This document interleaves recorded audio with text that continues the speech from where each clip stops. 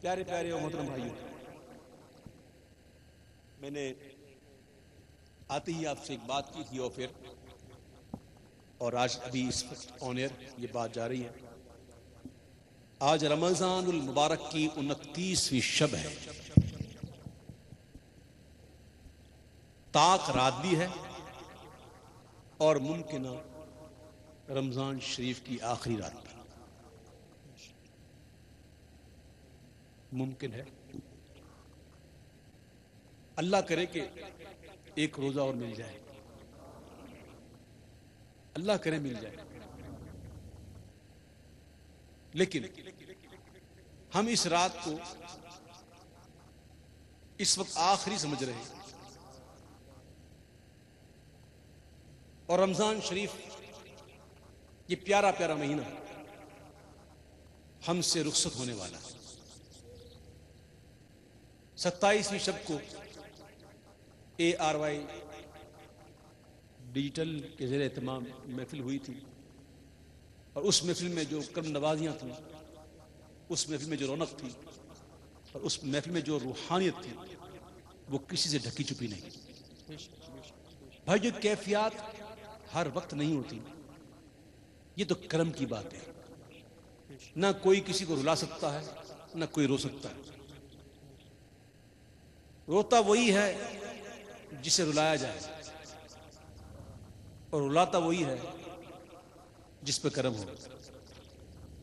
مجھے کہتے ہیں کہ آج من کو یہ الوداع پڑھیے گا، رو رو کے پڑھیے گا، تو بھائیو میں نے کبھی کوشش اس طرح نہیں کی کہ رو کے پڑھوں۔ رونا آ جائے تو الگ بات ہے، لیکن یہ ڈرامہ بازی کرنا مجھے نہیں آتا، اور اس چیز میں ڈرامہ چلتا نہیں ہے، کیونکہ وہ جان رہا ہے، وہ جانتا ہے کہ کون رو رہا ہے، کیسے رو رہا ہے، یہ جو آنسو نکل رہے ہیں وہ کیسے نکل رہے ہیں۔ اگر دنیا کو دکھانا ہے تو قیامت کے دن اللہ کہے گا تو نے دنیا کے لیے کیا، تجھے دنیا مل گئی، اب ہماری بارگاہ میں تیرے لیے کچھ نہیں۔ ایسے علماء، ایسے حفاظ، ایسے قراء، ایسے نعت خواں، ایسے ہر کوئی آئے گا اور حکم ہوگا ان کے لیے جہنم ڈال دو۔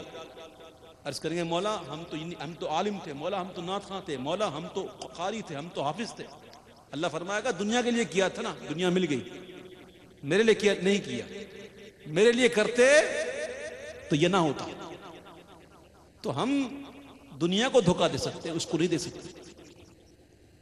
ہاں، اللہ کی بارگاہ میں یہ ضرور کہ عاجزانہ انداز اختیار کیا جائے، کوشش کی جائے کہ ایسا انداز اختیار ہو کہ جس سے رقت پیدا ہو۔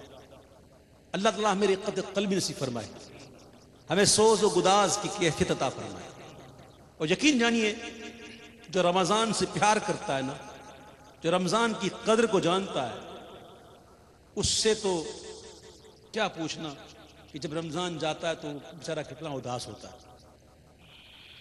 بس ہمارے آقا نے جو فرمایا نا، اس کو بار بار میں دہراتا ہوں، آپ بھی سنیے، میں بھی سنتا ہوں، سمجھنے کی کوشش کرتا ہوں۔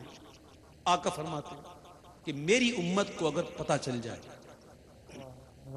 کہ رمضان کیا ہے،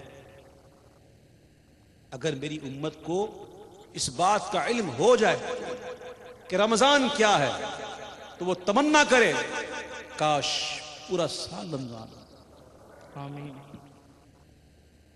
ہم نہیں جانتے رمضان کیا ہے، اللہ ہمیں رمضان کی قدر عطا فرمائے، ہمیں رمضان کیا ہے اس کو سمجھنے کی توفیق عطا فرمائے۔ صبح صادق سے لے کر غروب آفتاب تک بھوکا رہنا، پیاسا رہنا، صرف یہی تو نہیں ہوتا۔ بھوکا پیاسا رہتے ہوئے بھی گناہ نہ جائیں، بھوکا پیاسا رہتے ہوئے بھی بدنگاہی نہ جائے، بھوکا پیاسا رہتے ہوئے بھی گانے باجے کی عادت نہ جائے، جھوٹ نہ جائے، چغلی نہ جائے، غیبت نہ جائے۔ تو اللہ فرماتا ہے ایسے بھوکا اور پیاسا رہنے والوں کی مجھے کوئی حاجت نہیں۔ روزہ جو فرض کیا گیا، اللہ فرماتا ہے اس لیے لعلکم تتقون، تاکہ تم متقی بن جاؤ، پرہیزگار بن جاؤ۔ رمضان کا مہینہ یہ ایک سنہری موقع ہوتا ہے اپنے آپ کو بدلنے کا، اپنے آپ کو سنوارنے کا، پرہیزگاری اختیار کرنے کا۔ بزرگان دین فرماتے ہیں کہ یہ کیسے ہمیں علم ہو، ہمیں اس بات کا احساس کس طرح ہو کہ ہماری نمازیں، روزہ، زکاتیں، یہ اعمال قبول ہوئے؟ ایسا کیا عمل ہم کو ہمارے سامنے آئے کہ ہم یہ سمجھ سکیں کہ ہمارے یہ روزے اور تراویح قبول ہو گئی؟